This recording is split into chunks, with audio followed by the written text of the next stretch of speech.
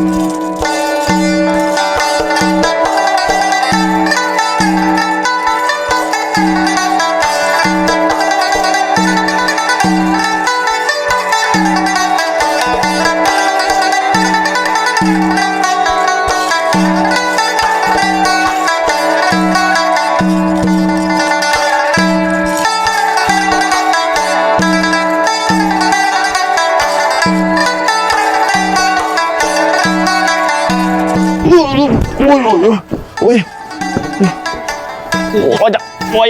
Oy. Hocanın boldu ama. Oy şu tutunçup kettim. Hey şu tutunç kendim kaynak. Oy. Mami ağır ketme. Mi yeme? Oy tikettim şu tuğ. Oy. Şaban salamızdan tutup koyayım mı? Ya boldu. Boldu birden bir yet olay oңşılıp kaldı. Sizin işlerini kılayıverenler birden oңşılıp kaldı. Kesin oңşılıp tamak etip Ay canım. yetemezsen üstüm bunu lan sen. Oy. Öksüzden çıkıp kettim. Acan. Temlep kılmay. Oy. Kızım. Oy boldum beşim tutun kızım. Boldu siz işlerini kılayıverenler. Birden bir yet olsam yakışıp kaldı. Ben tamak etip. Makul. Makul.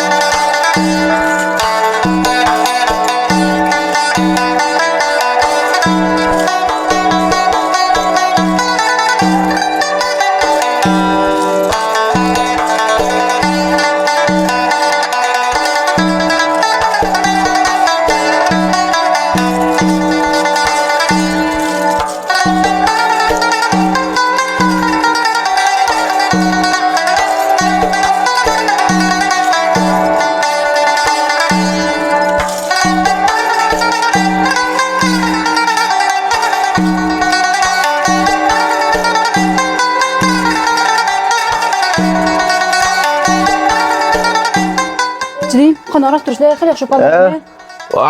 Yaxshi kaldık kocadım. Şuna qilib o'yin tozalab bo'ldingmi? Öptüm ham yaklama qizim. Siz saqal bir quyapsiz, o'zingiz girim qilib qizim. Amsa, bunday gap tuqqanlar. Mana muvaffaqiyat kalatda yezki uyimizga kelib oldik. Yezki filmlarimizni boshlab oldik. Mush filmda mishak aytib ko'rgan do'stlarimiz yurakdan birini besib, inkas rayoniga 99 raqamni yo'llab bizni guvohnlik qilishni unutqamanglar. Undan olsa yezki turmushimiz boshlandimi endi? Boshlandi. Mana yezki turmushimiz, qishki turmushimiz rasmiy boshlandi. Ko'rdingizmi? Og'iz burni mana. Balam hozir mana yezki turmushga boshlab ketdi-da. Amsa yezdiki nayt muhabbatlik ikki er ayolniki bir oylik ishlardan muhabbat filmlari bundan sizlarning huzuringlarda bo'ldi. Shunaqmi jinim? Shundoq jinniga.